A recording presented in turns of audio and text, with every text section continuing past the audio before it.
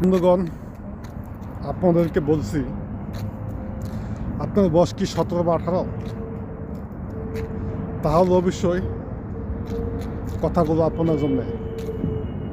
তার কারণ হচ্ছে, আপনার 18-20 বছরের ভিতরে আপনাকে ডিসিশন নিতে হবে আপনি কি করবেন।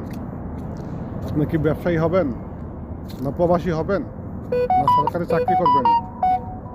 আপনাকে ডিসিশন নিতে হবে। তার কারণ হচ্ছে, আমরা যারা ছোট পরিবার বা মধ্যবিত্ত লোকের সন্তান, তাদের জন্য এই জিনিসটা 100% কার্যকরী। তার কারণ হচ্ছে, আমরা 18 বছর বা 20 বছরে বিয়ে শাদী করি, তখন হয়তো বাবা মার ওইটুকু অর্থ সম্পদ নাই যে আমাদের জন্য একটা সঞ্চয় করে যাবে বা একটা ব্যবসা ধরা যাবে। না ধরনের কারণে হয়তো আমরা কেউ আসে বিদেশে, কেউ দেশে হয়তো ছোটোখাটো একটা ব্যবসা করার চেষ্টা করি, বা কেউ চেষ্টা করি বিভিন্ন কাজে লিপ্ত হইতে।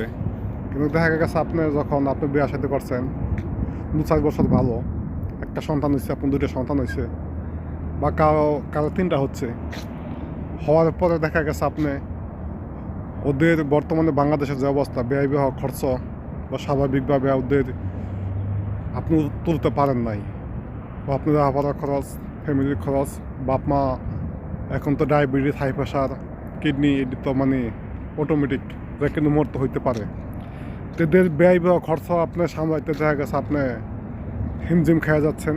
সেই জন্য আপনি 18-20 বছর থেকে আপনাকে সঞ্চয় করতে হবে। আপনি 10 টাকা কামাইছেন, 2 টাকা সঞ্চয় করেন। 50 টাকা কামাইছেন, 10 টাকা সঞ্চয় করেন। এই সিস্টেমে চলেন, ইনশাল্লাহ সেই সময়গুলোর সামনে যখন আসবে এইরকম বিপদ, আপনাকে